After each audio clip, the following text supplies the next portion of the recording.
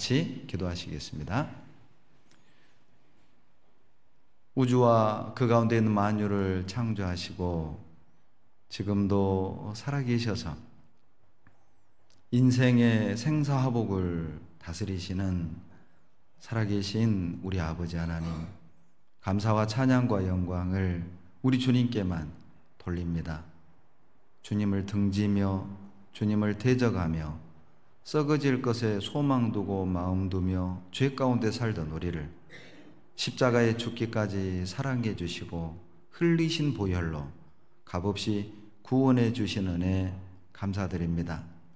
이렇게 좋은 날에 사랑하는 형제자매님들 함께 모여서 하나님을 찬양하며 말씀으로 위로받고 은혜와 사랑을 나눌 수 있는 기회를 주심을 또한 감사드립니다. 우리가 매주일 이렇게 모여 찬양하며 말씀을 듣고 교제 나눌 수 있음이 은혜라는 것을 잊지 않게 해 주십시오. 말씀을 듣고 싶지만 들을 수 없는 여건에 있는 전 세계에 많은 형제자매들도 계십니다. 함께 교제하고 싶지만은 교제할 수 없는 상황에 놓여 있는 주님의 자녀들도 있습니다.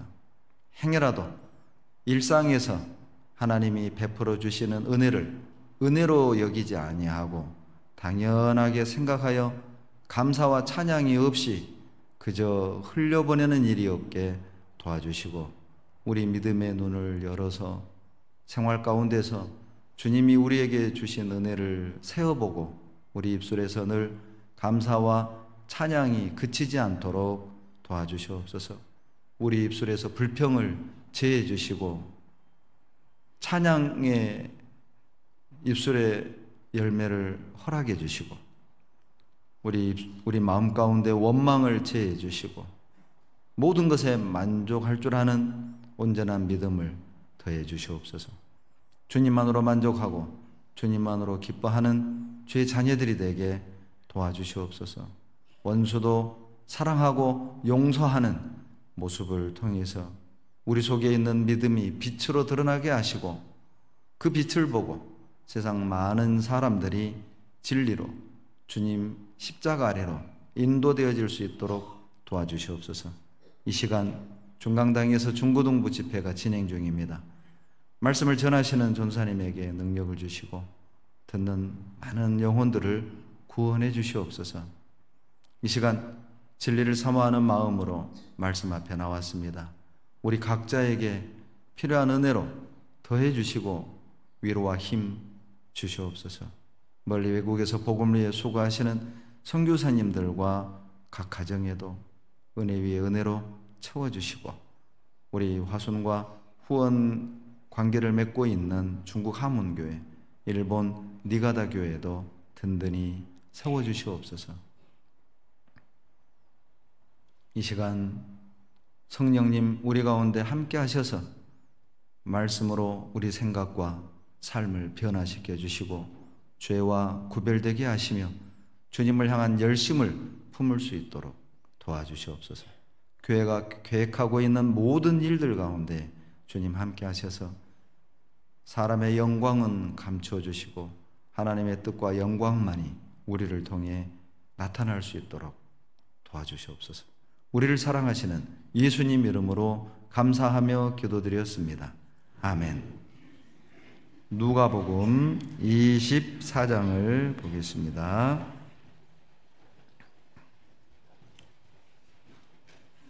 누가복음 24장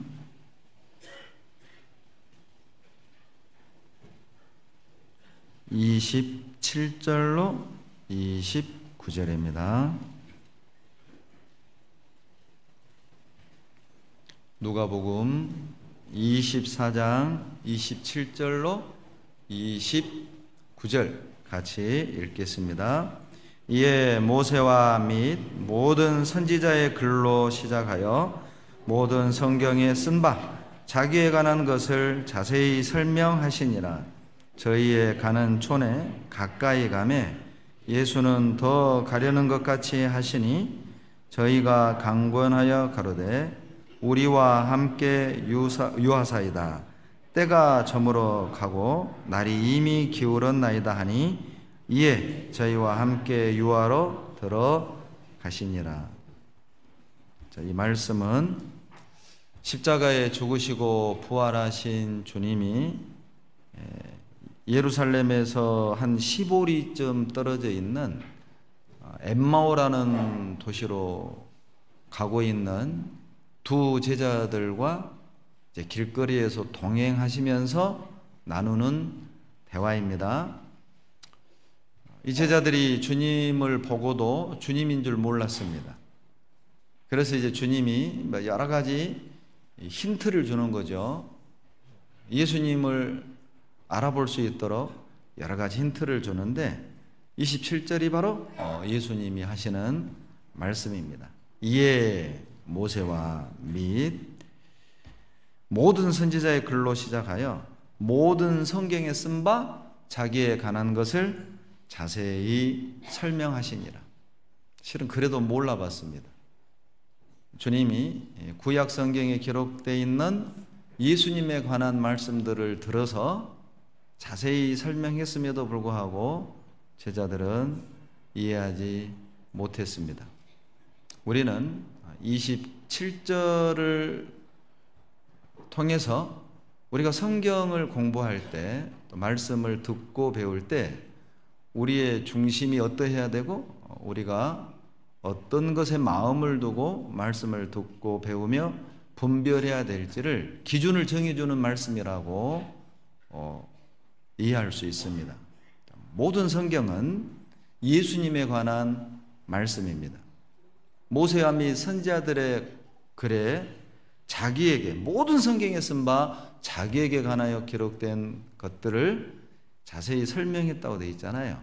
모든 성경은 예수님을 증거하고 있습니다. 그런 측면에서 성경은 예수님의 전기다, 이렇게 말할 수 있습니다. 여러분, 이순신 장군 전기는 누가 주인공이죠? 이순신입니다. 그렇다면 성경의 주인공은 예수님이란 뜻이죠. 왜냐하면 성경이 예수님의 전기니까요. 이순신 전기는 거기에 나오는 포졸이 주인공이 아니에요. 수군이 주인공이 아닙니다. 이순신 전기는 주인공이 이순신이죠. 그렇다면 우리는 이순신 전기를 읽고 나서 이순신의 업적, 그리고 이순신이 우리나라의 역사에 끼치는 영향, 그런 것들에 대해서 교훈을 받는 것이 정상이죠.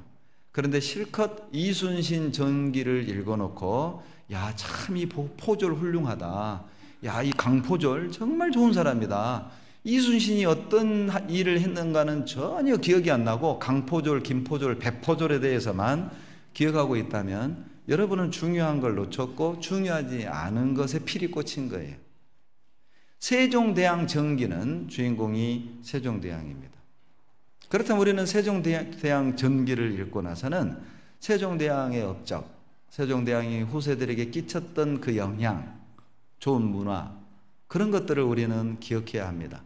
그런데 세종대왕 전기를 읽고 세종대왕이 무슨 일을 했는지는 아무 생각이 안 나고 전기에 나오는 김내시, 이내관, 그 내시들의 행적을 낱낱이 기억하고 있다면 이 사람도 공부를 잘못한 거예요.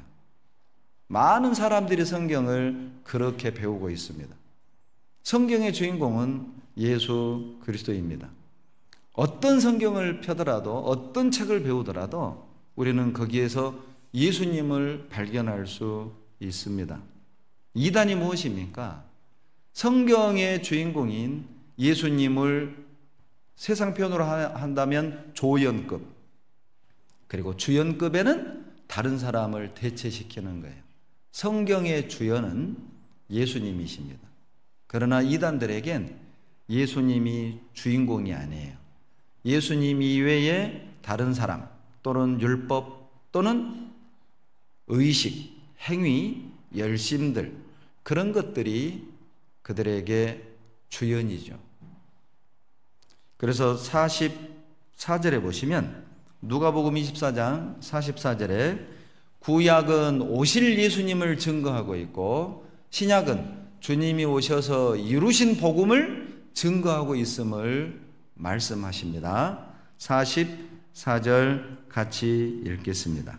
또 이르시되 내가 너희와 함께 있을 때에 너희에게 말한 바 곧 모세의 율법과 선지자의 글과 시편에 나를 가리켜 기록된 모든 것이 이루어져야 하리라 한 말이 이것이라 하시고, 모세의 율법, 선지자의 글, 시편, 이것은 과거 유대인들이 성경을 분류하는 방법이었습니다. 율법서, 또 성문서, 그리고 예언서, 이렇게 구분을 했거든요. 그러니까 모세의 율법, 선지자의 글, 시편에 나를 가리켜 기록한 모든 것, 이렇게 표현을 한 거예요.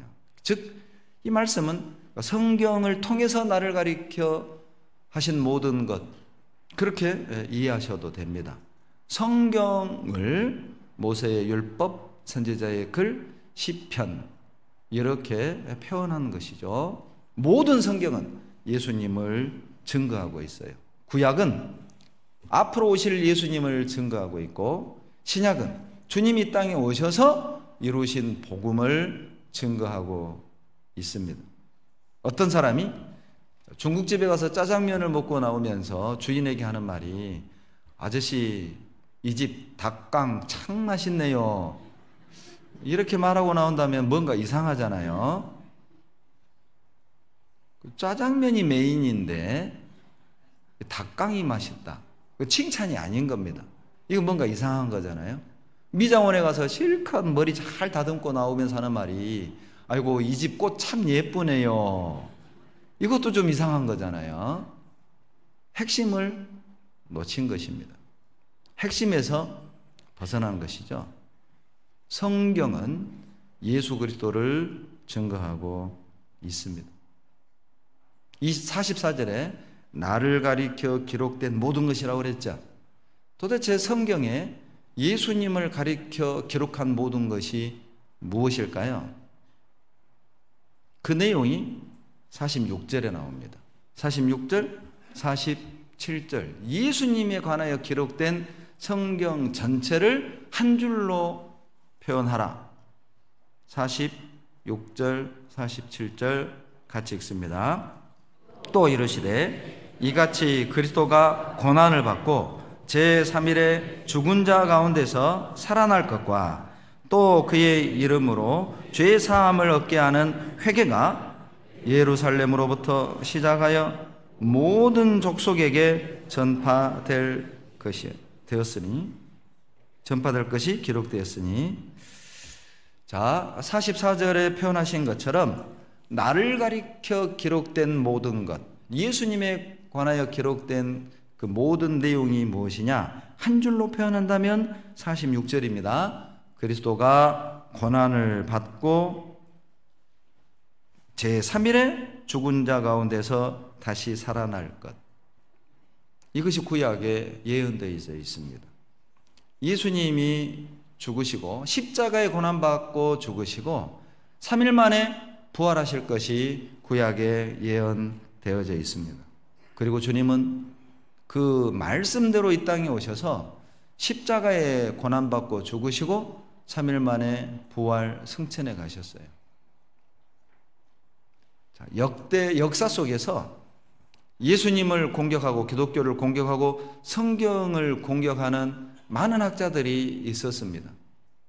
기독교 교리를 둘러엎는 가장 핵심적인 공격 대상은 예수님의 부활입니다. 기독교는 부활의 종교입니다. 예수님이 부활하지 않았다면 실은 우리 구원은 전부 다 거짓된 것이 됩니다. 왜냐하면 예수님이 부활하지 않았다면 그분은 자기 죄 때문에 죽은 거죠.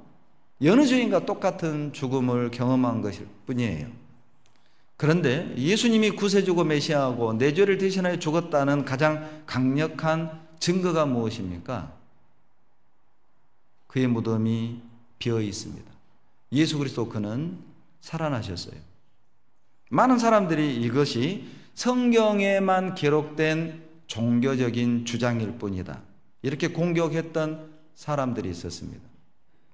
그러나 게리 하버마스라는 역사학자는 예수님의 부활이 사실이라는 증거를 2000가지 이상 발견했습니다. 성경 외에서 역사 속에서 많은 증언을 통해서 예수님의 부활은 사실입니다. 부활하신 주님을 동시에 500명이 보았습니다. 어떤 이들은 체면에 걸린 거다. 그러나 하나님을 믿지 않는 심리학자에게 가서 물었습니다. 500명이 동시에 체면 거는 게 가능하냐? 하나님을 믿지 않는 그 심리학자의 대답이 아주 간단했습니다. 불가능하다. 그게 가능하다면 예수님이 부활한 것보다 더 엄청난 기적이다. 전혀 반응이 없네요. 그건 억지 주장이라는 겁니다. 500명이 동시에 체면에 걸리는 건 불가능하다는 것이죠. 500명이 동시에 체면에 걸려서 환상을 보는 건 불가능하다는 거예요. 만약 그게 실제 가능했다면 그건 예수가 부활한 것보다 훨씬 더 큰 기적이라는 것이죠. 예수님은 부활하셨습니다. 그리고 신약은 이제 47절에 그의 이름으로 죄 사함을 얻게 하는 회개가 예루살렘으로부터 시작하여 모든 족속에게 전파될 것이 기록되었으니, 이게 신약이죠. 예수님이 말씀대로 이 땅에 오셔서 우리 죄를 대신하여 죽으시고 부활 승천하시고, 그리고 회개하는 사람, 회개하고 그 예수님의 사역을, 십자가의 보혈의 공로를 의지하고 믿는 사람은 죄사함을 얻고 구원을 얻고 거듭난다라는 그 진리를 전하는 것이 신약입니다. 구약은 예수님이 십자가에 죽으시고 부활하실 것을 말씀하셨고, 신약은 주님이 죽으시고 부활하신 것을 우리에게 말하고 있습니다. 만약 혹시 우리 주변에서 우리가 처음 듣는 얘기, 또 그럴듯한 교리, 참 인간적으로 들을 땐 그럴듯하고 인간적으로 들을 때 참 신령해 보이는 어떤 교리를 여러분이 듣는다 할지라도 그들이 증거하는 것이 예수님의 죽음과 부활이 아니라면 그것은 성경적이지 않은 것입니다. 그들이 아무리 그럴듯한 논리로 우리를 설득시키고 이해시킨다 할지라도 그들이 주장하는 핵심이 예수 그리스도가 아니라면 그것은 하나님께로부터 온 것이 아닙니다. 다른 영, 다른 예수, 다른 복음일 뿐이죠. 성경 전체는 예수님의 죽음과 부활을 말하고 있어요. 창세기 3장을 봅시다. 창세기 3장에도 예수님의 죽음, 피의 복음이 들어 있습니다. 창세기 3장 6절로 7절.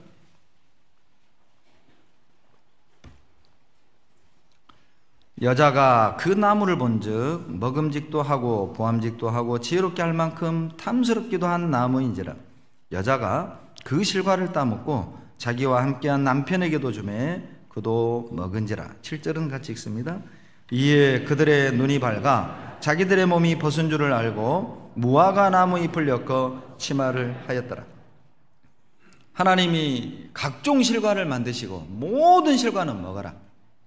그러나 에덴 동산 중앙에 있는 선악을 알게 하는 열매는 먹지 마라. 먹는 날에는 정령 죽으리라. 그런데 마귀가 뱀을 통해 시험한 것이죠. 먹어도 안 죽는다. 너 그거 먹으면 하나님처럼 될까봐 하나님이 못 먹게 하는 거야. 항상 마귀의 가르침은 반대입니다. 그런데 아담과 하와는 그 뱀의 말을 들은 겁니다. 뱀의 말을 듣고 선악과를 보니까 먹음직하고 보암직하고 지혜롭게 할 만큼 탐스럽게 보였던 거예요. 여러분 기억하세요? 창세기 3장 6절에서 처음으로 선악과를 본 게 아니라는 겁니다. 그 전에도 선악과를 자주 봤고 그 전에도 선악과 욥을 자주 지나다녔던 것이죠. 그런데 뱀의 말을 듣고 보니까 대치나, 우리말로 대치나, 먹음직하고 보암직하고 지혜롭게 할 만큼 탐스럽게 보였던 것이죠. 마귀 말을 듣고 보니까 달리 보인 것이죠. 마귀 말을 듣고 보니까 실제 그렇게 보이는 거예요. 이거 먹으면 하나님처럼 될 것 같아. 누구 말을 듣는가? 여러분, 중요합니다. 누구를 가까이 하는가? 중요한 것입니다. 무엇을 보고 무엇을 듣는가? 이건 아주 중요합니다. 어떤 사람의 말을 듣는가에 의해서 우리는 주님의 말씀에 순종하며 살 수도 있고, 어떤 사람의 말을 듣는가에 의해서 우리는 하나님의 말씀을 저버릴 수도 있어요. 아담과 하와는 마귀 말을 들었고 뱀의 말을 들었고, 그리고 하나님의 말씀에 불순종했습니다. 듣고 보니까 그렇게 보이는 거예요. 이단 교리도 그렇죠. 요즘 한국에 퍼지고 있는 그 이단들에 대해서 그렇게 자주 들어놓고도 철저하게 위장하고 기만하고 자기를 속이고 이단들이 다가옵니다. 그리고 이제 어느 날 모르고 그 이단 교리를 들었습니다. 그 이단 교리를 듣고 성경은 비우다, 계시록의 시대가 열렸다, 계시록을 깨달아야 영원한 천국에 갈 수 있다. 이긴 자가 있다. 이긴 자를 만나야 한다. 어머니 하나님을 만나야 한다. 유월절을 지켜야 되고 안식일을 지켜야만 온전한 의로움을 얻을 수 있다. 이런 얘기를 듣고 성경을 보면 대체나 그런 것도 같아. 이렇게 됩니다. 예수 그리스도에 대한 정확한 믿음이 없을 때, 주님의 사랑에 대한 확신이 없을 때, 그리고 또 교회에 대한, 또 하나님에 대한, 신앙에 대한 불만이 내 안에 있을 때, 놀라운 것은 어떤 얘기를 듣고 보면 그렇게 보인다는 것입니다. 누구 말을 듣고 형제를 보면 그런 형제로 보이고, 누구 말을 듣고 그 자매를 보면 그 자매가 그렇게 보이고, 누구 말을 듣고 교회를 보면 교회가 그렇게 보여요. 누구를 가까이 하는가, 무엇을 듣는가, 무엇을 보는가, 여러분의 믿음에 중요한 영향을 끼칩니다. 자, 이 시간 우리 자신의 믿음을 한번 점검해 봅시다. 나는 순종형입니까? 나는 주님이 말씀하면 순종형입니까? 복종형입니까? 나는 긍정적인 스타일의 사람입니까? 입만 열면 불평, 원망, 남의 탓, 누구 탓, 아니면 나를 돌아보고 자기를 반성하는 스타일입니까? 왜 나는 그런 스타일을 갖게 된 걸까요? 내가 부정적이라면 나는 어쩌다가 부정적인 사람이 됐을까요? 내가 순종형이 아니라면 내가 어쩌다가 그렇게 고집도 세고 내 생각을 버리지 않고 내 감정 중심으로 살아가는 신앙을 갖게 된 걸까요? 때로는 말씀도 의심하고 말씀도 불신하고 하나님에 대한 불평과 원망이 내 안에 생긴다면 어쩌다가 우리는 그런 상태에 도달하게 된 걸까요? 분명한 것은 보고 들은 것에 영향을 받았을 거예요. 무엇인가를 가까이, 무엇인가를 보고 들었기 때문에 내 안에 그런 것들이 점점 자리 잡게 되는 것입니다. 아담과 하와는 뱀의 말을 들었고 뱀을 가까이 했고 뱀의 말을 들었고 그리고 보니까 그렇게 보인 것입니다. 아담과 하와는 뱀의 말을 들음으로 넘어진 것입니다. 뱀을 가까이 했기 때문에 넘어진 것입니다. 선악과를 가까이 했기 때문에 넘어졌어요. 에덴 동산에 길이 참 많았을 텐데 왜 그리 굳이 선악과가 있는 쪽으로 다녔는지요? 왜 굳이 그 선악과가 있는 쪽으로 그렇게 왕래를 했을까요? 중앙고속도로가 그리 났을까요? 마음이 있었던 겁니다. 마음이 있었던 것이죠. 마귀는 또 그 마음을 이용한 것입니다. 먹지 말라고 했거든요. 그러니까 먹지 말라고 하니까 이제 실은 안 먹었지만은 속에 어째서, 뭐 땜시, 왜? 이런 마음이 있었던 것 같아요. 그때 뱀이 덤벼든 겁니다. 안 죽어야? 그거 먹으면 하나님처럼 돼. 그렇게 듣고 보니까 또 그렇게 보이는 것이죠. 아담과 하와가 넘어진 원인이에요. 선악과를 봄으로, 선악과를 가까이 함으로, 마귀를, 뱀의 말을 들음으로 결국 아담과 하와는 범죄하게 됩니다. 범죄하고 많은 걸 잃어버립니다. 무엇을 잃었습니까? 생명을 잃었습니다. 기쁨을 잃었습니다. 안식을 잃었어요. 하나님과의 교제가 단절됐습니다. 에덴 동산에서는 하나님과 직접 대화를 했죠. 하나님의 임재를 느끼고, 하나님의 사랑을 느끼고, 하나님의 함께 하심을 느끼고, 하나님과 교제가 되고, 이거 천국 아닙니까? 늘 주님이 내 곁에 있다는 확신, 늘 주님이 나를 사랑한다는 확신, 늘 주님이 나를 보호한다는 그 확신, 이게 천국 아닐까요? 그런데 아담과 하와의 불순종, 범죄함으로 말미암아 두려워지기 시작했어요. 하나님이 두려움의 대상이 된 겁니다. 여러분, 죄를 짓잖아요? 하나님은 사랑의 하나님보다 두려움의 하나님으로 와닿아요. 자, 여러분에게는 하나님은 어떤 하나님이시죠? 사랑의 하나님이나요? 아니면 두려움의 하나님이나요? 만약 하나님이 두려움의 하나님으로 내 안에 자리 잡고 있다면 돌아봅시다. 버려야 될 죄는 없는지. 아담과 하와의 범죄는 에덴 동산에서 쫓겨나게 됩니다. 하나님과 교제가 단절된 것이죠. 문제는 여기서 그친 게 아니에요. 이 하와가 선악과를 보니까 먹음직하고 보암직하고 지혜롭게 할 만큼 탐스럽게 보여서 일단 먹었습니다. 먹었는데 안 죽었잖아요. 죽는다면서. 안 죽네. 그리고 이제 문제는 발전하게 되는데 6절에 남편에게도 줬어요. 6절 끝부분에 남편에게도 주었다는 것입니다. 이것이 바로 죄의 전염성입니다. 이 죄는 전염병과 같아서 퍼지게 됩니다. 여러분, 만약 교회 안에 누군가가 이방 결혼을 한다? 그러면 다른 청년들은 이방 결혼에 대해서 무감각하게 됩니다. 누구도 했으니까 해도 돼. 누가 술 먹는 게 딱 눈에 띄었습니다. 먹어도 되나 보다. 나중 든 형제가 술을 망설임 없이 마시게 되는 겁니다. 죄는 전염성이 그렇게 강해요. 누군가가 죄 짓는 걸 보면 자기가 죄 지을 때 그것을 합리화하는 도구로 사용하게 돼 있어요. 누구도 했는데? 어떤 형제도 했는데? 뭐 누구도 전도집회 안 가던데? 누구도 뭐 바쁘면 구역모임 안 가던데? 죄는 전염성이 강합니다. 나쁜 영향을 주는 사람이 있다면 가까이 해서는 안 돼요. 왜냐하면 자기 자신도 모르게 거기에 물들게 돼 있습니다. 선악과를 먹자. 자, 어떤 증상이 나타나느냐? 눈이 밝았다고 되어 있죠? 7절. 이에 그들의 눈이 어때요? 밝아졌어요. 자, 눈이 밝아졌다. 좋은 거잖아요. 밝아졌으면 자, 못 보던 걸 보게 되는 눈을 갖게 된 거니까. 그러나 여기서 어떤 눈이 밝아졌냐면 벗은 몸을 보는 눈이 밝아졌어요. 허물과 수치를 보는 눈이 밝아진 겁니다. 상대방의 허물을 보는 눈이 밝아진 거예요.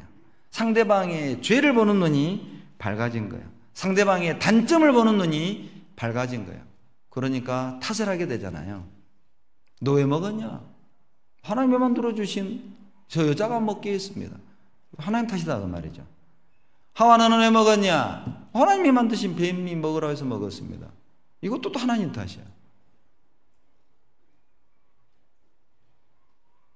눈이 밝아졌습니다. 어떤 눈이 밝아졌습니까? 벗은 몸, 허물과 수치를 보는 눈이 밝아졌어요. 봐서는 안 될 것을 보는 눈이 밝아진 겁니다. 세상을 보는 눈이 밝아져요. 여러분, 중고등학교 시절에 이렇게 충성되게 이렇게 교제 안에서 이렇게 쭉 성장해 오던 형제 자매들이 대학 가가지고 안 가려고 했는데 친구들에게 그냥 끌려가지고 미팅을 갔습니다. 태어나서 처음 미팅 해본 거예요. 말로만 듣던 그 미팅을 해본 거예요. 안 가려고 했는데. 안 가려고 그랬어요. 그런데 갔는데 세상에 간호학과 여학생들이 이렇게 이쁜 줄 처음 알았어요. 완전히 내 스타일이에요. 막 생머리 허리까지 내려와 불고, 막 눈은 호수처럼 생겨불고, 피부는 막 우유 하얘가지고. 이성교제를 해서는 안 된다는 걸 알고 있습니다. 그런데 책만 펴면은 간호학과 김양이 생각나요. 그렇게 시작은 되는 것입니다. 그렇게 시작이 되는 거예요.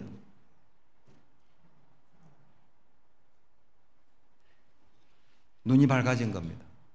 야, 이 세상이 재밌는 줄 몰랐어요. 친구들끼리 여행도 가보고 해외여행도 가보고 이 세상이 너무 재밌는 거예요. 야, 내가 교제 안에서 웅울한 개구리로 살았구나. 내가 모르는 게 이렇게 많구나. 젊을 땐 경험을 해야 돼. 멋있죠? 멋있잖아요. 세상이 그렇게 가르칩니다. 세상은 그렇게 젊은이들에게 가르칩니다. 교회 안에 있다고 해서 경험을 못하는 건 아니죠. 교회 안에 있다고 해서 쑥맥처럼 살아가는 건 결코 아닙니다.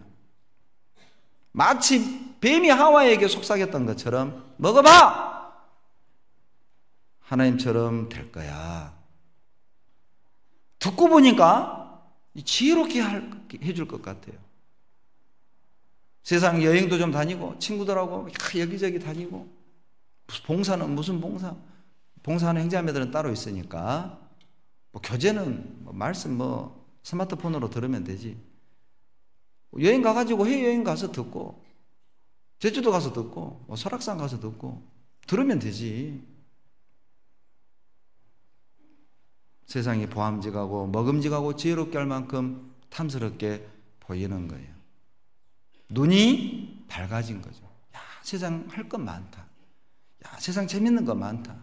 세상 갖고 싶은 거 많다. 세상 참 나를 즐겁게 해주는 게 많다.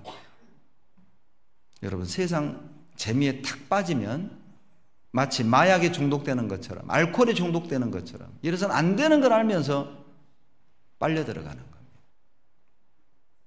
그리고 이제 형제자매들은 부담스러워요. 형제자매들의 전화도 부담스러워요. 전화벨이 울리고 이름이 뜹니다. 배 목사님. 안 받아요. 다 합니다. 안 받는 거. 다 합니다. 그리고 다음에 어쩌다가 통화가 되면, 그때 그 일하느라고 화장실에 있어가지고, 요즘 화장실 다 들고 들어가잖아요. 대부분 들고 들어가잖아요. 예. 그렇게 점점 바뀌게 되는 거죠. 그 결과가 무엇이냐? 7절이에요. 7절을 다 같이 읽습니다. 이에 그들의 눈이 밝아 자기들의 몸이 벗은 줄을 알고 무화과 나무 잎을 엮어 치마를 하였더라. 수치를 보고 부끄러움을 보고 그들이 했던 최초의 행동이 뭐냐면 치마를 만드는 거였어요. 가리는 거죠. 여러분, 우리는 본성에서 부끄러운 것이 있으면 가리게 돼 있어요. 우리의 죄도 그럽니다. 부끄러운 죄가 있으면 가리는 게 먼저잖아요. 고백하기보다는, 내가 이런 죄 지었다고 자백하기보다는 어떻게 하든 가려, 핑계를 대고 탓을 하고, 이게 우리 본성입니다. 여러분, 최초의 옷은 추워서 입는 게 아니었어요. 최초의 옷은 예쁘게 보이기 위해서 입었던 게 아니에요. 최초의 옷의 목적이 무엇이냐면 가리기 위함입니다. 자기의 수치를 가리고 죄를 가리는 수단이었습니다. 그러나 결론적으로는 무화과 나무 잎으로 수치를 가릴 수 없었습니다. 이것도 우리에게 신령한 교훈이 있죠. 인간의 노력과 방법으로는 죄를 가릴 수 없습니다. 율법을 지켜서 죄를 가릴 수 없습니다. 그 율법을 지키는 행위가 무화과 나무 옷이라고 보시면 돼요. 헌금에서 구원받는 게 아니에요. 착하게 살아서 구원받는 게 아닙니다. 교회 열심히 다녀서 봉사해가지고 구원을 점차적으로 받아가는 것이 아닙니다. 무화과 나무는 우리에게 교훈합니다. 이제 주님의 반응을 보시죠. 21절 10절 같이 읽습니다. 가로되 내가 동산에서 하나님의 소리를 듣고 내가 벗었으므로 두려워하여 숨었나이다. 하나님이 아담을 부르셨고 아담의 고백이죠. 벗었으므로 두려워하여 숨었습니다. 7절에 나무 치마를 입었다고 돼 있는데 10절에 벗었답니다. 맞죠? 입었지만 벗은 거예요. 무화과 나무 잎으로는 가릴 수 없음을 고백하는 것입니다. 하나님, 내 능력으로 어찌할 수 없습니다. 우리식으로 표현한다면 하나님 도와주세요. 내가 이 죄를 가리기 위해서 여러 가지 방법을 해봤지만은 가릴 수 없습니다. 괴롭습니다. 부끄럽습니다. 두렵습니다. 그때 하나님이 어떻게 아담의 죄를 가려주는지를 봅시다. 이건 우리에게 중요합니다. 우리가 얻게 될 구원에 대한 그림자거든요. 예수님의 그림자거든요. 예수님의 피 흘려 죽으시고 부활하실 것에 대한 그림자가 여기에 나와요. 21절 다 같이 읽겠습니다. 여호와 하나님이 아담과 그 아내를 위하여 가죽옷을 지어 입히시니라. 하나님이 짐승을 가져와서 가죽을 벗겨 옷을 입혀주셔요. 여러분, 무화과 나무 잎으로 만든 옷, 가죽옷, 무엇이 더 안전해 보여요? 무엇이 더 질겨요? 무엇이 더 부드럽겠어요? 무화과 나무 잎으로 한번 치마 해 입어볼래요? 집에 가서? 여기 무화과 있는데 한 2장 따가가지고 한번 테스트 해볼래요?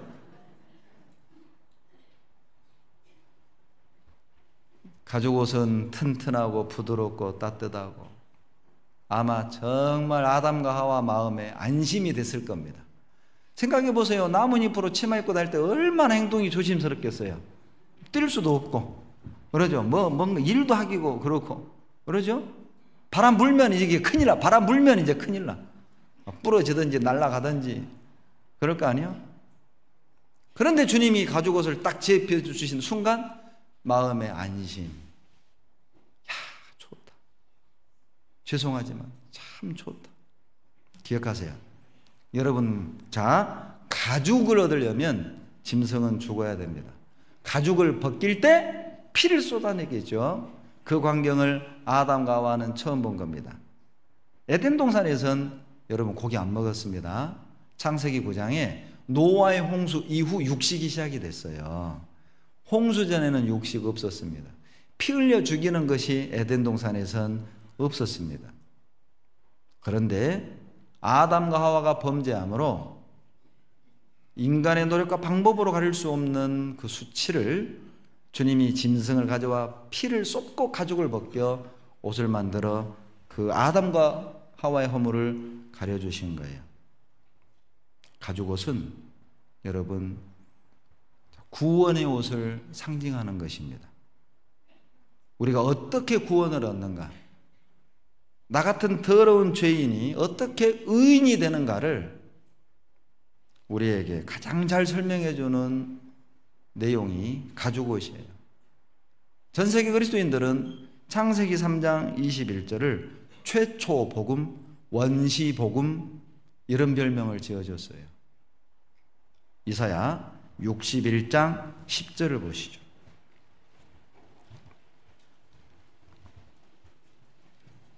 이사야 61장 10절입니다. 구약 1042페이지 1042페이지 이사야 61장 10절 같이 읽습니다. 내가 여호와로 인하여 크게 기뻐하며 내 영혼이 나의 하나님으로 인하여 즐거워하리니 이는 그가 구원의 옷으로 내게 입히시며 의의 겉옷으로 내게 더하심이 신랑이 사모를 쓰며 신부가 자기 보물로 단장함 같게 하셨습니다. 하나님이 우리에게 구원의 옷, 의의 겉옷을 입히셨다는 거예요. 여러분, 자, 경찰 제복을 입고 있는 사람은 누구처럼 보여요? 경찰로 보여요. 간호사 제복을 입고 있는 사람은 누구처럼 보여요? 간호사로 보여요. 의사 가운 입고 있는 사람은 누구처럼 보여요? 의사로 보여요. 의의 겉옷을 입고 있는 사람은 무엇처럼 보여요? 의인으로 보이는 거예요. 가죽옷은 의의 겉옷을 말하는 것입니다. 예수님이 피 흘려 십자가에 죽으심으로 우리의 죄가 도말되고 하나님 앞에 의인이 될 것을 그림자로 보여주는 거예요. 그래서 모세의 율법과 선자들의 글과 시편에 가리켜 기록된, 나를 가리켜 기록된 모든 것을 자세히 설명하십니다. 이 가죽옷 또한 예수님에 대한 예표입니다. 성경 전체의 핵심은 여러분 피 흘림이라고 말할 수 있어요. 히브리서 9장 22절에 피 흘림이 없은즉 사함이 없느니라. 모든 율법을 조차 모든 것이 피로써 정결케 되나니 피 흘림이 없은즉 사함이 없느니라. 우리 몸 안에 피가 돌고 있습니다. 그래서 우리가 이렇게 살아 숨쉬는 것이죠. 피를 뽑아버린다면 우리는 죽는 거예요. 성경에서 피에 관한 말씀을 없앤다? 성경은 아무짝에 쓸모없는 책입니다. 성경엔 피가 있어요. 루터가 말하기를 구약을 짜봐라 양피가 나올 것이다. 신약을 짜봐라 예수님 피가 나올 것이다. 창세기 4장에도 그 피의 복음은 들어있습니다. 창세기 4장 3절로 8절. 세월이 지난 후에 가인은 땅의 소산으로 제물을 삼아 여호와께 드렸고 아벨은 자기도 양의 첫 새끼와 그 기름으로 드렸더니 여호와께서 아벨과 그 제물은 연락하셨으나 가인과 그 제물은 연락하지 아니하신지라. 가인이 심히 분하여 안색이 변하니 여호와께서 가인에게 이르시되 내가 분하여 하면 어찌미며 안색이 변하면 어찌미뇨. 아담의 두 아들 가인과 아벨의 이야기입니다. 한 가지 기억하실 것은 아담과 하와가 가인과 아벨 두 사람만 낳은 게 아닙니다. 가인, 아벨 이외에 수많은 자식을 낳았어요. 여러분 1살 때부터 자식을 낳을 수 있는 유일한 사람은 아담입니다. 아담은 1살 때부터 애 낳을 수 있었어요. 뭘 보고 알 수 있죠? 하나님이 아담과 하와를 만드시고 땅에 번성하라고 되어 있거든요. 여러분 달걀이 먼저일까요? 닭이 먼저일까요? 닭이 먼저예요? 달걀이 있어야 뿅아리가 나올 거 아니에요. 그러네. 달걀인가? 닭이 있어야 알을 낳을 거 아니에요. 또 그러네. 닭인가? 어쩌자고요? 닭을 먼저 낳았습니다. 육축을 만드셨다고 되어 있잖아요. 달걀 만들었다고 되어 있지 않아요. 그리고 성체를 만들고 번성하라 명령하셨거든요. 그러니까 번성할 수 있는, 번식할 수 있는 성체로 만드신 겁니다. 그러니까 아담은 1살 때부터 일을 낳을 수 있었던 거예요. 아담이 몇 살 살았죠? 오래 살았어요. 그러면 안 되고. 아담은 930세를 살았죠. 요즘 내 나이 세기도 벅차가지고 죄송합니다. 남의 나이 930 어떻게 세요? 930년을 살았으니 몇 명 낳겠어요? 그러나 성경엔 가인과 아벨 두 아이의 이름이 기록이 되어 있어요. 왜냐하면 성경의 기록 목적은 우리의 구원을 위한 것입니다. 그래서 인류 역사 가운데 우리의 구원과 관계된 사건만을 골라서 기록한 것이죠. 아담과 하와의 자식은 가인 아벨 이외에도 있었음을 기억하세요? 자, 그런데 가인은 땅의 소산으로 제사를 지냈어요. 농산물로. 아벨은 양의 첫 새끼로 제사를 지냈어요. 결과적으로 하나님은 아벨 제사 받았습니다. 그렇다면 왜 하나님은 가인 제사를 안 받으셨을까요?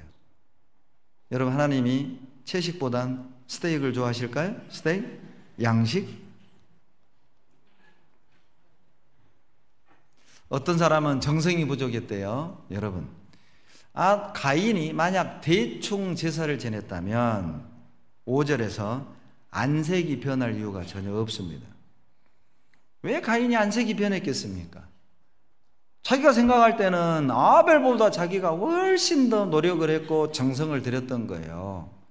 근데 왜 내 건 안 받아? 왜 내 동생 걸 받아? 안색이 변한 것이죠. 답은 히브리서 11장에 있어요. 왜 하나님이 아벨 제사를 받았냐? 찾겠습니다. 히브리서 11장 4절입니다.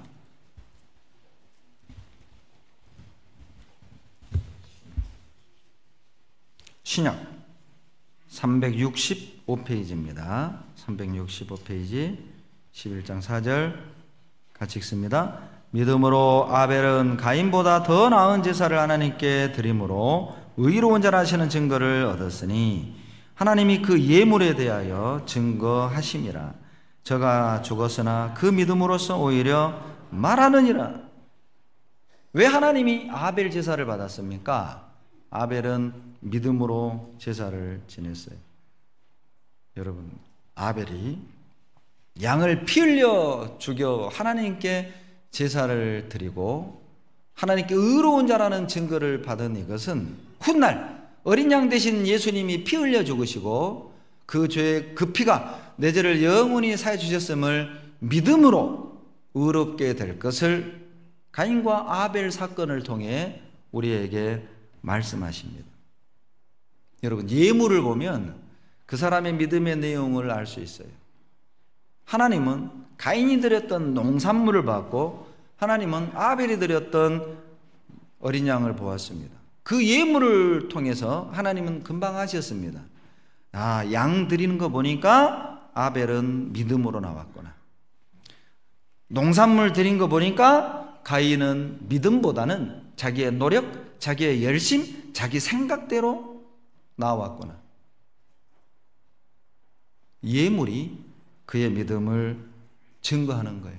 자, 여러분은 하나님 앞에 서는 그날 무엇을 들고 서시렵니까? 무엇을 들고 하나님 앞에 나아갈 때 당당하게 설 수 있을까요? 어떤 이들은 예수님의 피를 의지하고 주님 앞에 서는가 하면 어떤 이들은 비유와 요한계시록을 들고 하나님 앞에 설 것이고 어떤 이들은 유월절을 지켰던 행위를 들고 나아갈 것이고 어떤 이들은 안식일을 열심히 지켰던 그 행위를 들고 하나님 앞에 나아가게 될 거라는 겁니다. 내가 들고 있는 예물이 나의 믿음을 증거하는 거예요. 저의 예물이 증거하였느니라. 11장 4절. 우리는 예수님의 피를 들고 하나님 앞에 나아가는 것입니다. 다른 것 없습니다. 예물이 우리의 믿음을 증거해요. 자, 나는 이 시간 무엇을 들고 하나님 앞에 설 건가? 준비됐나요? 오직 예수님의 보혈이에요. 분명 가인과 아담과 하와는 자기 자식들에게 에덴 동산 얘기를 해주셨을 겁니다.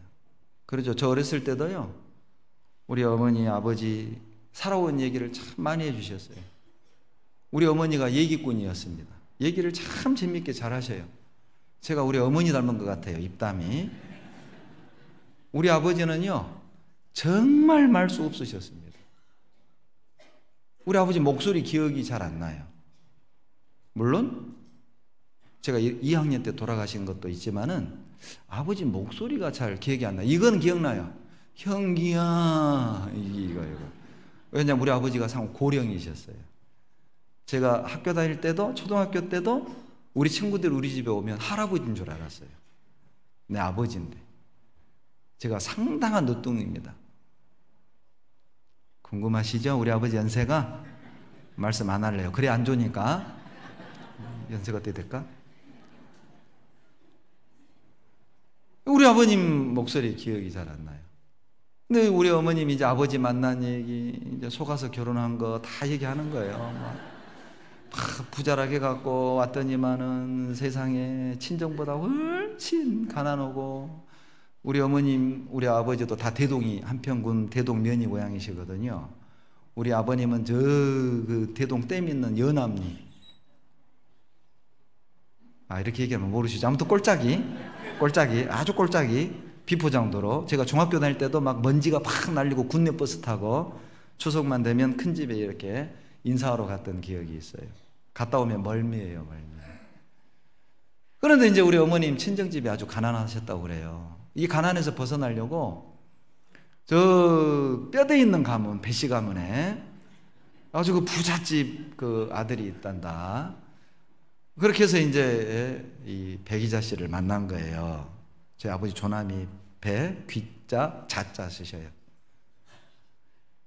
그리고 이제 딱 결혼을 했는데 웬걸 더 가난했대요. 그때부터 이제 우리 어머니의 어떤 그 흑역사가 시작이 된 겁니다. 고난의 역사가.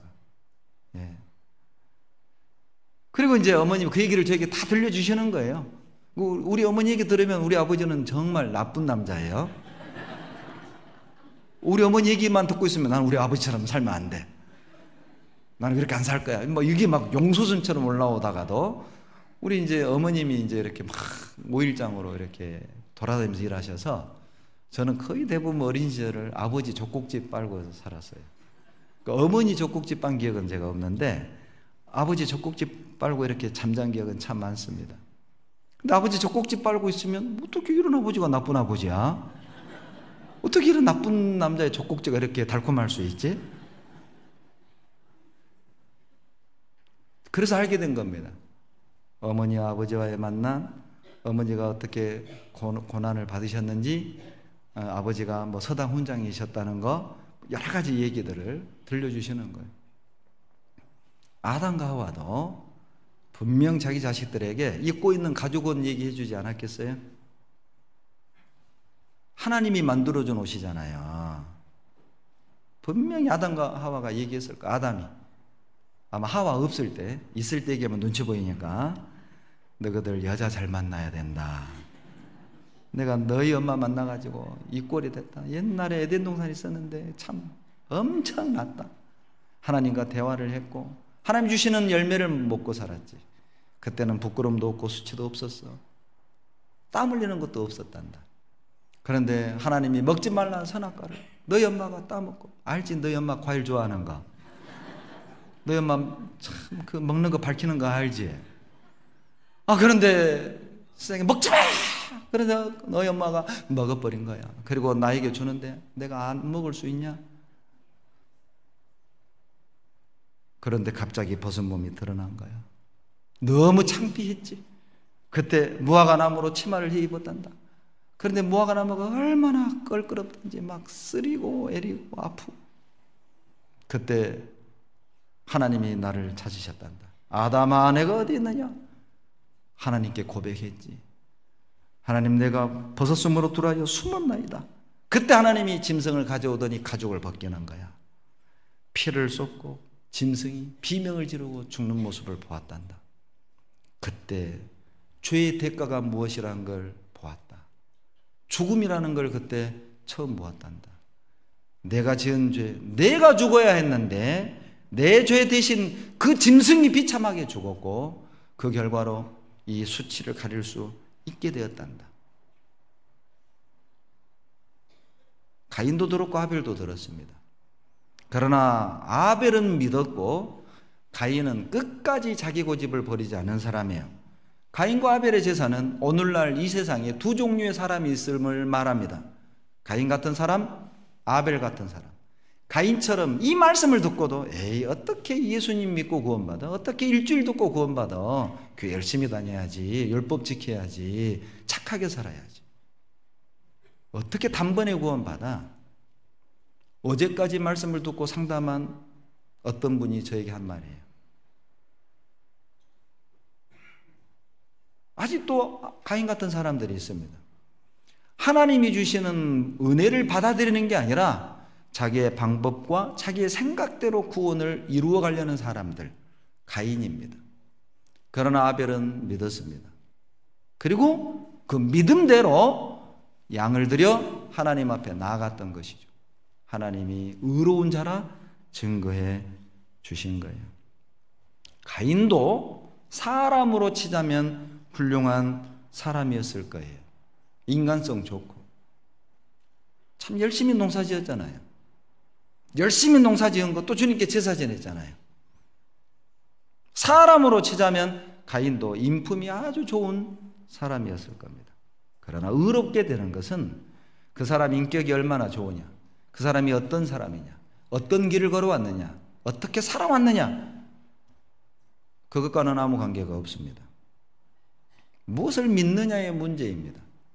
내가 어떻게 살아왔느냐의 문제가 아니라 내가 무엇을 믿느냐의 문제인 거예요. 내가 의롭게 되는 것은 어떤 행위를 가졌느냐의 문제가 아니라 어떤 마음으로 믿느냐의 문제죠. 믿음은 기대는 것입니다. 믿음은 맡기는 것이죠. 나이아가라 폭포 양쪽 끝에 로프를 달고 서커스 단원이 외발 자전거를 타고 왔다 갔다 했대요. 몇백 명의 관광객이 그 광경을 보고 열광하는 거예요. 이 서커스 단원이 물었답니다. 여러분, 제가 한 사람을 목에 무등을 태우고 무사히 다녀올 것을 믿습니까?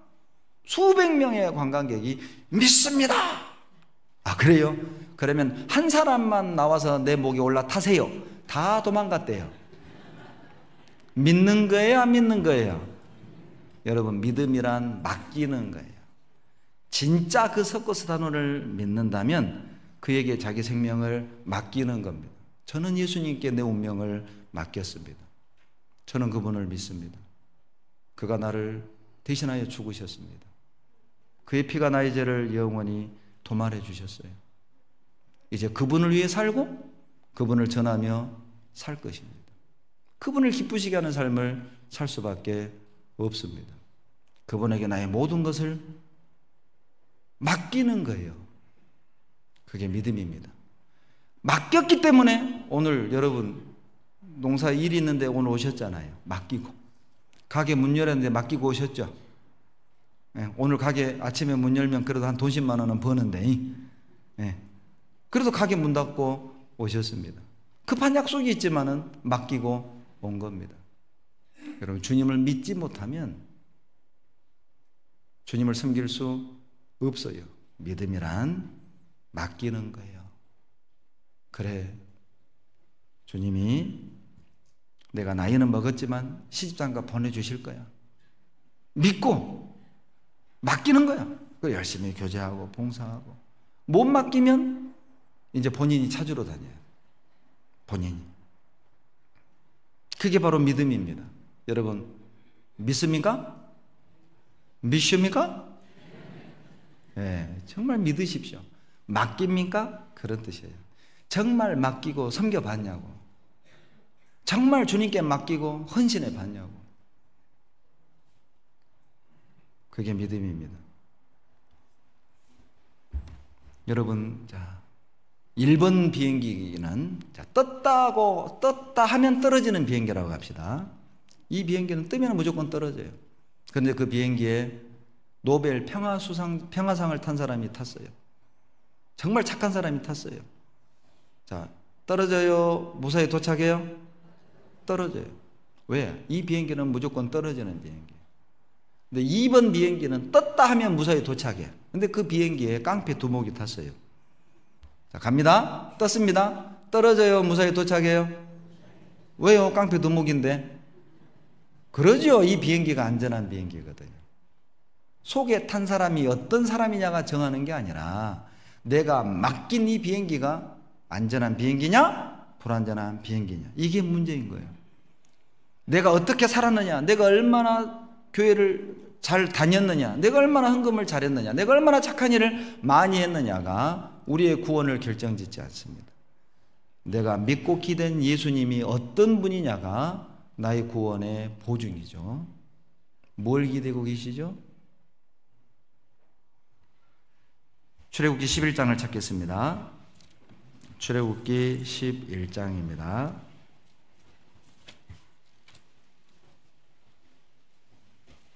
4절. 출애굽기 11장 4절. 창세기, 출애굽기 순서가 그렇게 되어 있죠. 4절.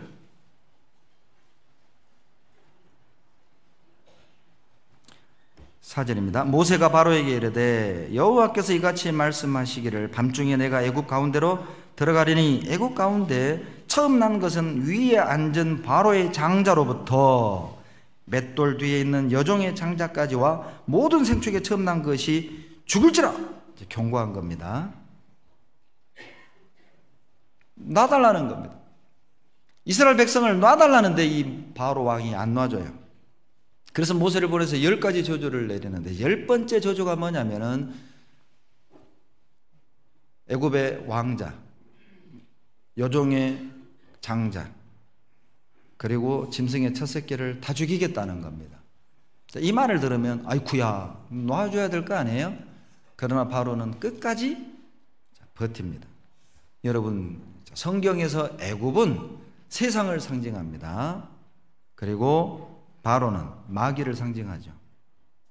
그리고 장자는요, 이 세상에 소망을 두는 상속자를 말하는 거예요.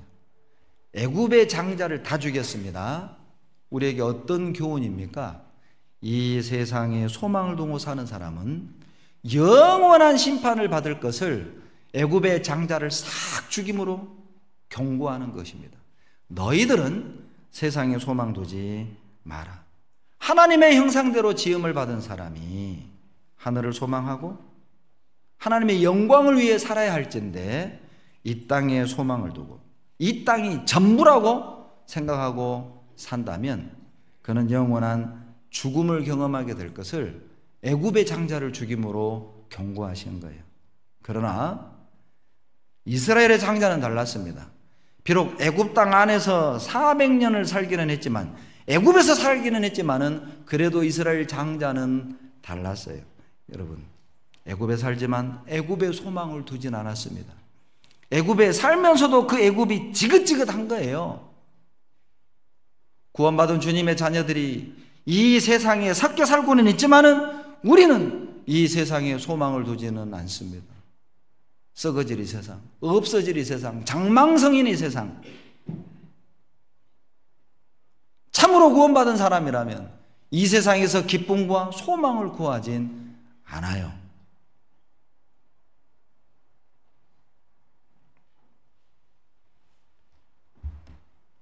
그들을 애굽에서 건져냈습니다. 세상에 소망 두지 아니하고 하늘에 소망을 두는 사람은 반드시 구원해 줍니다.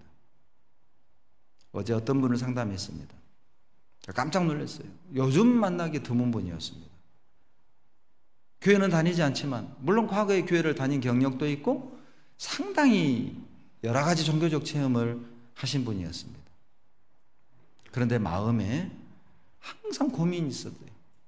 예수님이 내 죄 때문에 죽은 걸 내가 알겠는데 앞으로 죄를 지으면 어떻게 되냐는 것이죠. 율법을 지킬 수 없는데 나는 죄인으로 태어났기 때문에 늘 죄를 지을 수밖에 없는데 교회 가서 기도를 해도 마음이 불편하고 답답하고 에라 이럴 것 같으면 안 다닐란다. 쉬고 있는 분이에요. 그리고 저에게 그런 질문을 했습니다. 예수님이 내 죄 때문에 죽은 건 내가 알겠는데 앞으로 나 율법 지킬 자신도 없고 사는 자체가 죄인데 세상에 꿈에서도 죄 짓는데 꿈에서도 죄 짓는데 어떻게 내가 천국을 갈 수 있겠는가? 그런 사람을 구원해 주셔요. 십수년을 돌고 돌아서 어쩌다가 저희들과 연결이 되고 이분이요 중고등부 집회 하루만 첫날만 듣겠다고 하고 왔어요. 첫날 딱 듣더니 이거 나 다 듣겠다고 깜짝 놀란 겁니다. 말씀을 듣고. 그리고 지금 여기 앉아 계십니다. 찾는 자를 구원해 주십니다. 이 땅에 소망이 없는 사람, 하늘에 소망을 두고 사는 사람, 정말 주님을 기쁘게 섬기고 싶은 사람, 하나님의 영광을 위해 살기를 몸부림치는 사람, 그 사람은 도와주셔요.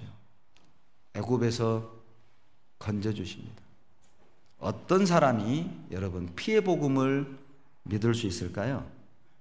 이 세상이 전부가 아니라는 것을 알고 영원한 세상을 사모하는 사람, 그들이 믿습니다. 이스라엘 백성은 양을 죽여서 그 피로 문좌우 설주와 임방에 바릅니다. 하나님의 죽음의 사자가 왔을 때 피를 보고 넘어갔죠. 이스라엘 장자들은 그렇게 구원받았어요. 피를 발라서 구원받았습니다. 출애굽기 12장 13절 같이 읽겠습니다. 내가 애굽 땅을 칠 때에 그 피가 너희의 거하는 집에 있어서 너희를 위하여 표적이 될지라. 내가 피를 볼 때에 너희를 넘어가리니 재앙이 너희에게 내려 멸하지 아니하리라. 여러분, 왜 많은 사람들이 예수님의 피의 은혜의 복음을 듣고도 못 깨닫는 걸까요? 왜 똑같은 장소에서 똑같은 강사에게 똑같은 내용을 듣는데도 어떤 이는 구원을 받고 어떤 이는 구원을 못 받고, 이유가 뭘까요? 애굽의 장자이기 때문에 그렇습니다. 애굽의 장자는 결코 피의 복음을 받아들일 수 없습니다. 왜요? 이 세상의 성공이 더 커요. 이 세상의 쾌락이 더 커요. 이 세상에 소망 두고 사는 사람, 그들이 들을 땐 피의 복음 우스운 겁니다. 야, 무슨 피 더럽게, 야, 무슨 피로 구원을 받냐? 애굽의 장자들에겐 피가 은혜로 들리지 않습니다. 이상한 종교적 의식일 뿐이에요. 그러나 이스라엘의 장자들에게는요, 복음입니다. 그들에겐 은혜입니다. 13절 피를 볼 때에 넘어가리니 재앙이 너에게 내려 멸하지 아니하리라. 집안에 있는 사람의 인품을 보고 넘어가는 게 아니라, 집안에 있는 사람의 행위를 보고 넘어가는 게 아니라,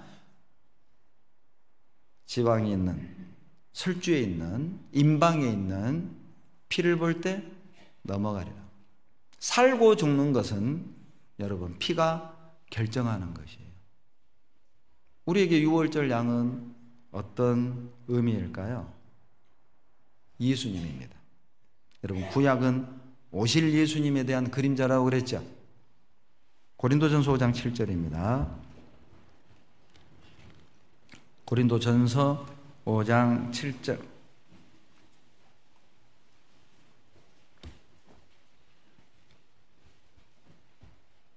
같이 읽겠습니다.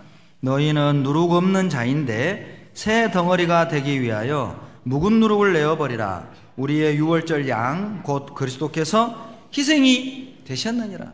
구약시대에 유월절 날 양을 잡아 피를 문좌우 설주와 임방에 발랐던 것처럼, 그 피를 보고 죽음의 사자가 재앙이 넘어갔던 것처럼, 오늘날 우리 시대에는 십자가의 예수님의 피가 내 죄를 영원히 사해 주신 그 은혜를 믿는 자들에게 재앙이 넘어갈 것을 말하는 겁니다. 유월절 양 곧 그리스도께서 희생이 되셨느니라, 이 말씀을 이해하려면 유월절을 먼저 이해해야 돼요. 유월절이 무엇이죠? 양피 발라 재앙이 넘어간 사건입니다. 이제 우리 시대는요, 예수님의 피를 발라 심판과 저주가 넘어갈 것을 말하는 거예요.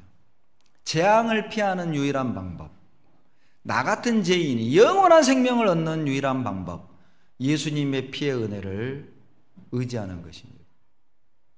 예수님의 피의 공로를 믿는 것입니다. 그리고 그 피에 사로잡혀 사는 거예요. 주님이 나를 위해 피를 흘리신 것이 분명하기 때문에 이제 내가 주님을 위해 땀을 흘리고 눈물을 흘리고 때로는 피도 흘릴 수 있는 거예요. 그러나 그 피의 은혜에 사로잡히지 않으면 결코 주님을 위해 땀 흘리는 것도 아깝고 눈물 흘리는 것도 두렵고 그냥 적당히 하고 싶은 대로 하면서 말씀만 들으면 돼요. 왜 그렇습니까? 피의 은혜에 붙들리지 않은 거예요.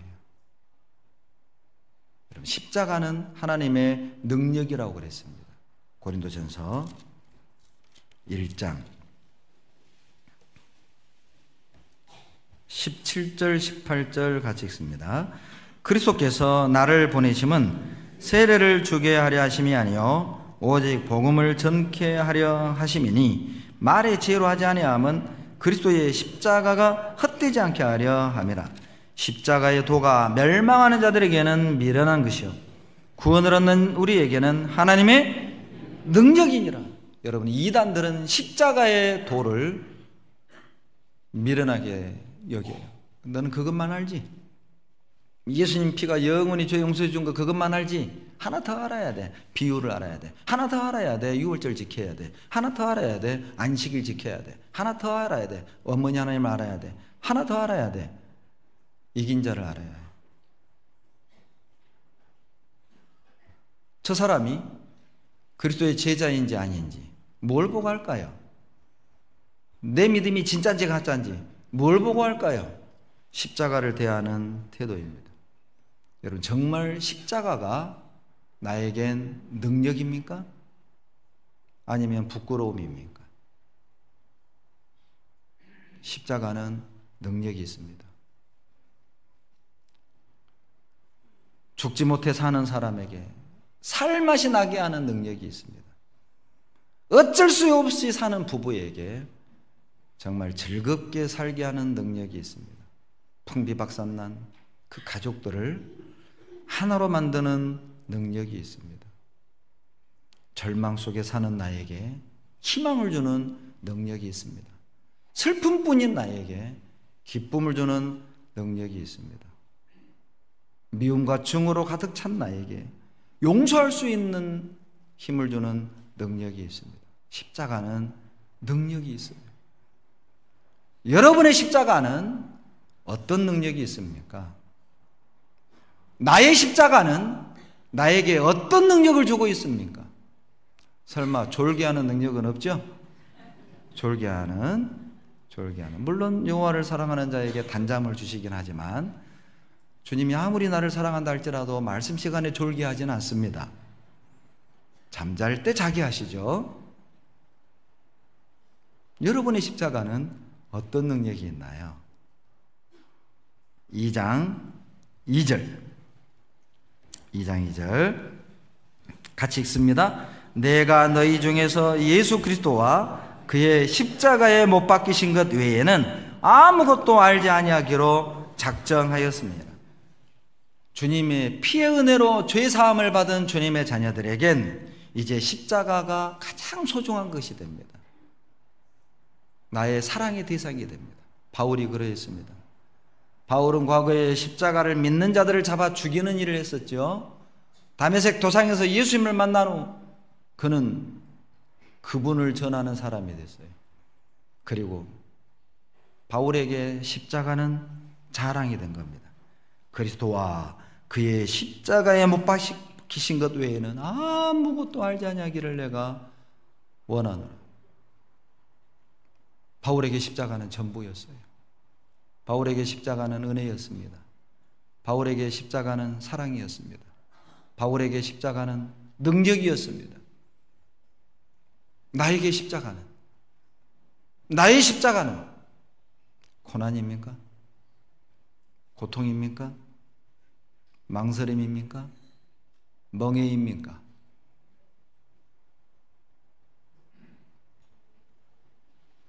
민수기 21장을 보시죠. 민수기 21장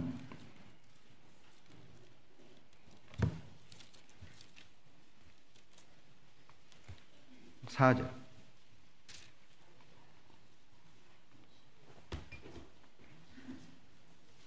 민수기 21장 4절로 5절, 6절.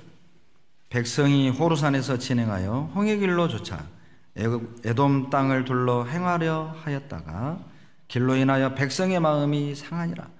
백성이 하나님과 모세를 향하여 원망하되 어찌하여 우리를 애굽에서 인도하여 올려서 이 광야에서 죽게 하는고 이곳에는 식물도 없고 물도 없도다. 우리 마음이 박한 식물을 싫어하노라 하매 6절 같이 읽죠.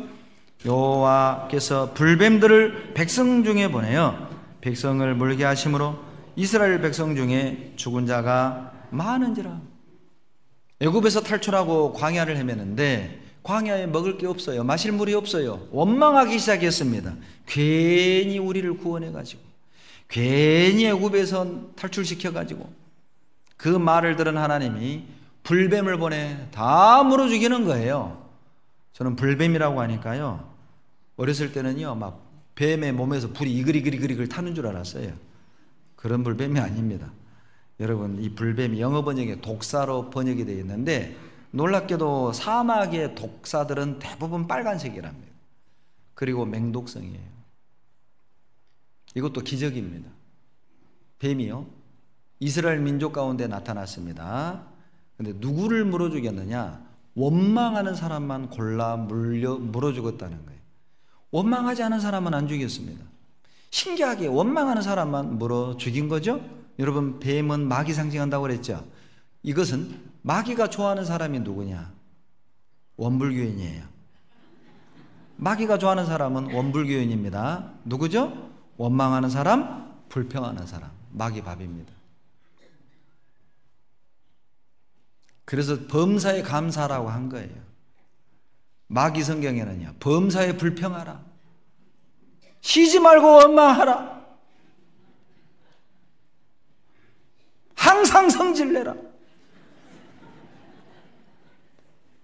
이렇게 마귀 성경이 그러고요. 그런데 참 이스라엘 백성들이 또 회개합니다.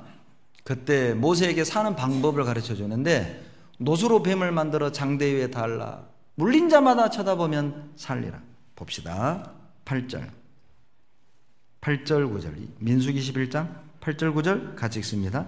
여호와께서 모세에게 이르시되 불뱀을 만들어 장대 위에 달라 물린 자마다 그것을 보면 살리라. 모세가 놋뱀을 만들어 장대 위에 다니 뱀에게 물린 자마다 놋뱀을 쳐다본 즉 살더라. 여러분, 놋은 심판을 상징하거든요.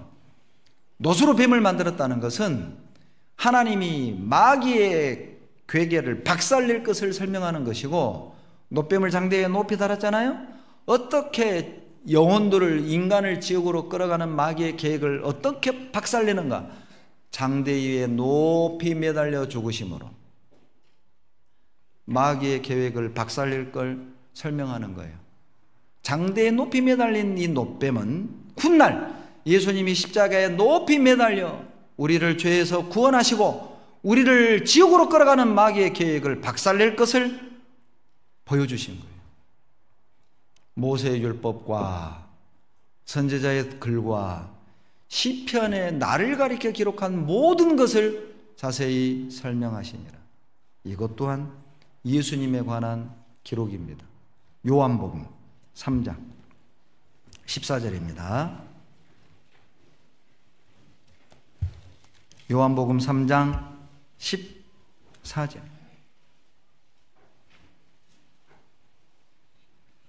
(14절) 15절 같이 읽습니다. 모세가 광야에서 뱀을 든 것 같이 인자도 들려야 하리니 이는 저를 믿는 자마다 영생을 얻게 하려 하심이니라. 그 옛날 모세가 광야에서 놋뱀을 높이 든 것 같이 이제 우리 시대에는 예수님이 십자가에 높이 매달려 믿는 자마다 영생을 얻게 하려 하심이니라. 여러분, 다니는 자마다가 아닙니다. 바치는 자마다, 우는 자마다, 열심히 있는 자마다, 이게 아니에요. 믿는 자입니다. 믿는 자마다 영생을 얻게 하십니다.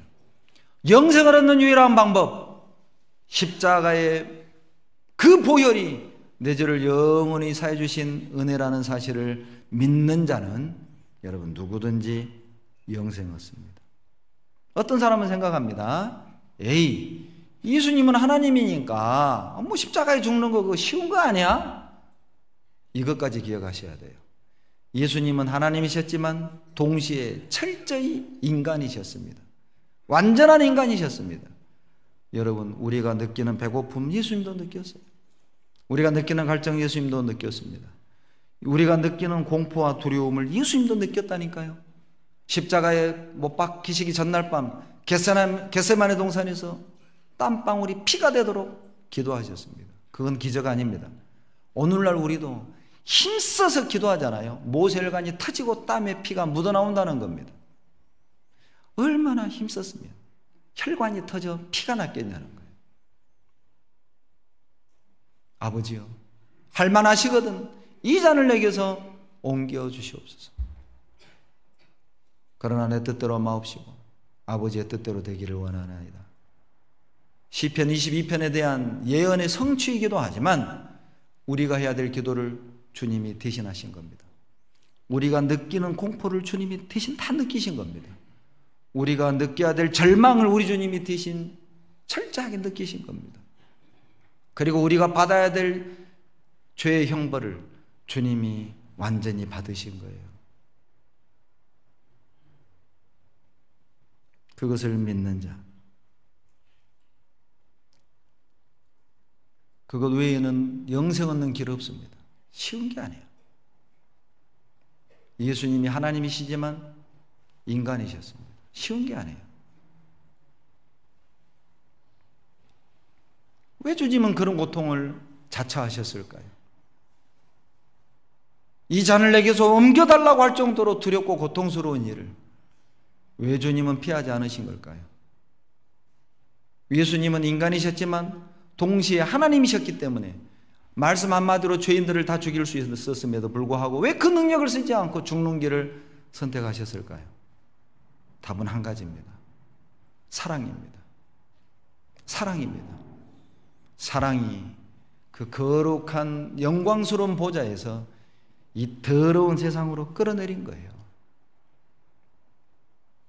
어떤 아이가 똥통에 빠졌습니다. 옛날에 참 그런 일이 있었어요. 지금이야 재래식이니까 수세식이니까 잘 듣고 계시네요. 웃는 분들은 안 좋은 분들이에요. 다 웃는데 혼자 뭐 왜 웃어?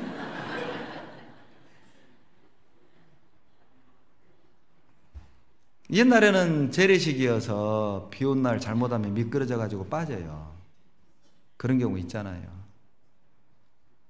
그래서 어떤 아이가 똥통에 빠졌습니다. 그것도 옛날에는 또 그 집집마다 그 시골에서는요 이렇게 공동 화장실이 있었어요. 장터여 가지고 동네 사람들이 다 그 화장실을 써요. 그러니까 일 보려면은요 일찍 가야 돼요. 안 그러면 줄 서야 돼요. 그 화장실에서. 화장실도요 막 그 판자 쪼가리로 이렇게 붙여놔 가지고 틈이 다 보여. 그러니까 창피하니까 아무도 안 올 때 새벽에 가서 얼른 일을 보고 학교를 가야 해요. 그런데 누가 딱 빠졌어요. 동네 사람들 아이고 형기 빠졌네. 제가 빠진 적은 없지만 예를 든 겁니다. 어쩐지 목사님 옆에 가면 구린내 나더라. 지금 예를 드는 거예요. 동네 사람들은 발만 동동 구릅니다. 아이고 연기 빠졌네. 아무도 들어오질 않아요. 그냥 발만 동동 굴려. 그러나 우리 어머니는요 시장 바구니 던지고 들어오는 거예요. 어머니 눈에는 더러운 게 안 보여요. 어머니 눈에는 누구만 보여요? 형기만 보여요. 형기만. 내 아들, 내 똑똑한 내 아들, 이 잘생긴 내 막둥이 아들. 그러니까 뛰어들어오는 거예요. 그게 사랑의 힘입니다. 사랑은요 더러운 게 안 보여요. 16절에 그 말씀이 이어서 나오는 이유입니다. 모세가 광야에서 뱀을 든 것 같이 인자도 들려야 하리니 이는 믿는 자마다 멸망치 않고 영생을 얻게 하려 하심이라. 15절에 말씀하시고 16절에 곧이어 하나님이 세상을 이처럼 사랑하사 독생자를 주셨으니 이는 누구든지 저를 믿는 자마다 멸망치 않고 영생을 얻게 하려 하심이니라. 인자가 십자가에 높이 못 박게 할 것을 말씀하시면서 왜 그는 십자가에 죽어야만 하는가? 16절 사랑이다. 사랑이다. 여러분 사랑은 죽음보다 강합니다. 97년 4월 2일 동부 이천동에서 불이 났습니다. 6층 빌라에서 불이 난 거예요. 불길을 피해서 두 아들과 어머니가 베란다로 나왔습니다. 불길이 베란다로 치달아 나와요. 그때 하도 급하니까 이 크레인이 와가지고 이 갈고리 있잖아요. 갈고리 뭐 여기 물건 걸어서 올리는 크레인 급하니까 이제 그걸 들이댄 거예요. 그러니까 이제 한 사람만 이 갈고리에 발을 올리고 줄을 잡고 내려와야 하는 상황이 생긴 겁니다. 그런데 3명이 서기에는 이 베란다가 너무 좁아요. 화분 놔두는 그 베란다입니다. 화분만 놔두는 창틀. 이 아들들이요, 엄마 먼저 잡으라고, 엄마 먼저 잡으라고. 이 아들들이 울면서 안 잡아요, 이거를. 어머니가 어떻게 했느냐, 베란다 난간에 내려와서 그냥 대롱대롱 매달리고 붙들었습니다. 빨리 잡으라고, 빨리 올라타라고. 그래도 이 아들들이 엄마를 잡아 당기려는 거예요. 이 엄마가 6층에서 손을 놔버렸습니다.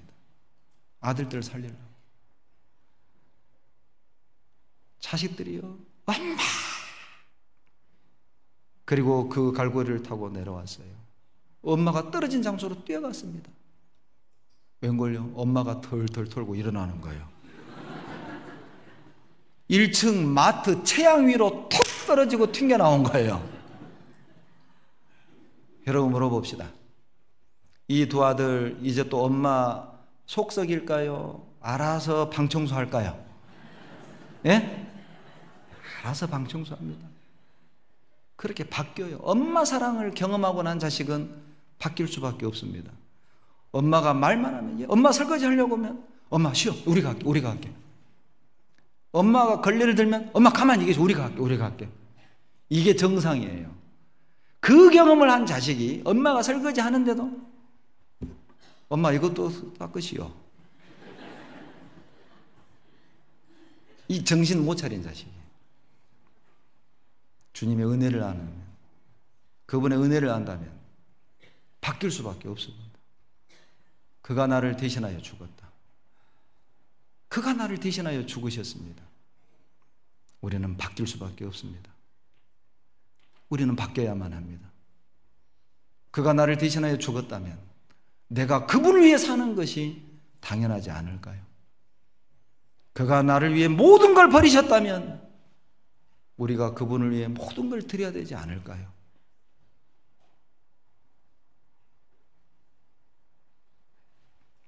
세상에서 가장 강한 사랑이 있다면 단연 어머니 사랑일 겁니다.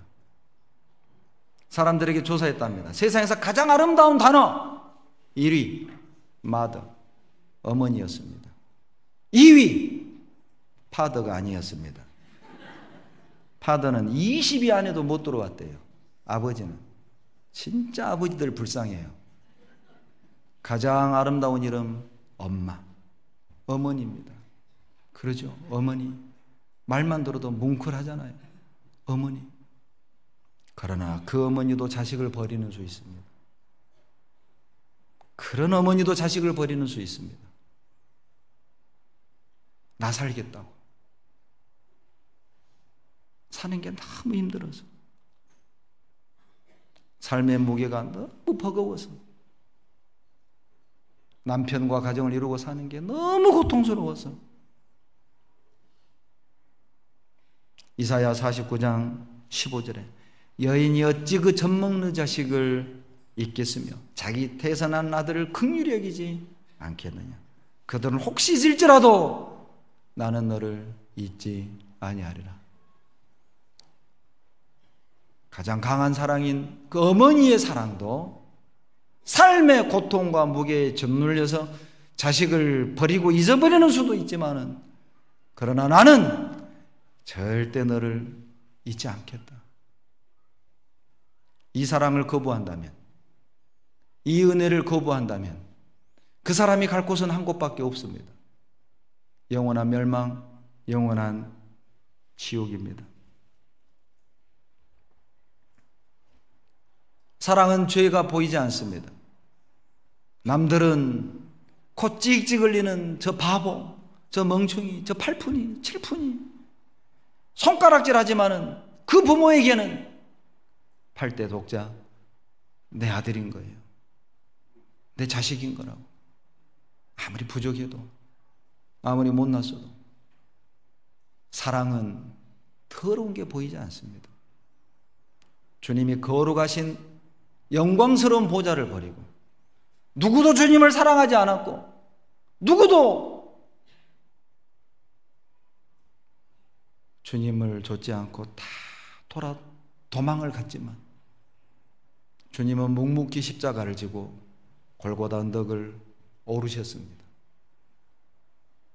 몇 번이고 넘어지고 자빠졌지만 당신이 져야 될 십자가를 끝까지 지고 기어코 골고다 언덕에 올라가 양손과 발에 못을 받고 6시간 동안이나 대롱대롱 매달려 채찍에 찢어진 상처로 핏덩어리는 뚝뚝 떨어지고 의식은 희미해지고 갈빗대가 당신의 심장을 눌러 호흡하기 곤란했지만 허덕이면서도 고통 속에서도 그분의 관심은 이뤄진 영혼이었습니다. 아버지여, 저들을 불쌍히 여겨 주십시오. 저들이 하는 일이 무슨 일을 하는지 알지 못하나이다. 그분의 음성을 우리는 들었습니다. 그분의 은혜와 사랑을 우리는 받은 사람들입니다. 그럼에도 우리는 아직도 차갑습니다. 그럼에도 우리는 아직 내일이 중요합니다. 그럼에도 우리는 주님을 위해 고난받는 것이 싫고 주님께 시간 드리는 것이 아깝고 주님을 위해 사는 것이 망설여지고, 그럼에도 나는 주님은 십자가 위에서 나를 위해 죽어가고 있지만 우리는 그 밑에서 그분을 위해 사는 것을 고민하고 있습니다. 그 사랑을 받아들일까 말까, 그분을 사랑할까 말까, 교제를 갈까 말까, 봉사를 할까 말까, 전도를 할까 말까, 성경을 볼까 말까, TV를 볼까 성경을 볼까, 놀러 갈까 교회를 갈까. 우리는 아직도 그것이 우리 고민입니다. 아버지여, 저들의 죄를 용서하여 주시옵소서. 자기들이 무슨 일을 하는지 알지 못하고 있습니다. 지금도 기다려 주셔요. 계속 기다리고 계십니다. 제발 죄를 버리고 돌아오라고. 돌아와 마음이 고난 자여 기다리고 계신 우리 아버지께 집을 나간 자여 어서와 돌아와. 오늘 말씀이 우리의 양심을 울린다면, 오늘 말씀이 내 마음을 찌른다면 결단하십시오. 이렇게 살지 말자. 이제 이렇게 살지 말자. 내가 은혜 받은 자라면, 십자가가 나에게 능력이라면, 그분이 나를 대신하여 죽은 것을 내가 확실하게 믿는다면 이렇게 살지는 말자. 기도하겠습니다. 자비로우신 우리 아버지 하나님, 크고 놀라운 은혜를 입은 저희가 아직도 이 세상의 욕심에 붙들려 이 세상의 죄에 매여 허송세월하며 방황하고 있습니다. 그럼에도 주님께서는 우리를 용서하시며 돌이킬 때까지 기다려 주시며 붙드시는 은혜를 감사드립니다. 주님이 나를 대신하여 죽으신 것이 사실이기에 이제 우리가 주님을 위해 죽기까지 하길 원합니다. 주님이 나를 위하여 모든 것을 전부를 버리셨기 때문에 이제 나도 주님을 위해 내가 소중히 여기는 것을 버리길 원합니다. 우리 모두에게 믿음과 사랑을 더해 주시옵소서. 십자가가 우리 각자에게 멍에가 되지 않게, 십자가가 우리 각자에게 짐이 되지 않게, 십자가가 우리 각자에게 능력이 되게, 사랑이 되게 도와주시옵소서. 그리하여 우리에게 주어진 그 고난의 길을 자원함과 기쁨으로 묵묵히 걷는 가운데 우리를 통해 더 많은 이뤄진 영혼들이 주님의 보혈로 구원을 얻고 몸된 교회 안에서 복된 삶을 살아갈 수 있도록 도와주시옵소서. 우리를 사랑하시는 예수님 이름으로 감사하며 기도드렸습니다. 아멘. 찬송가 184장입니다.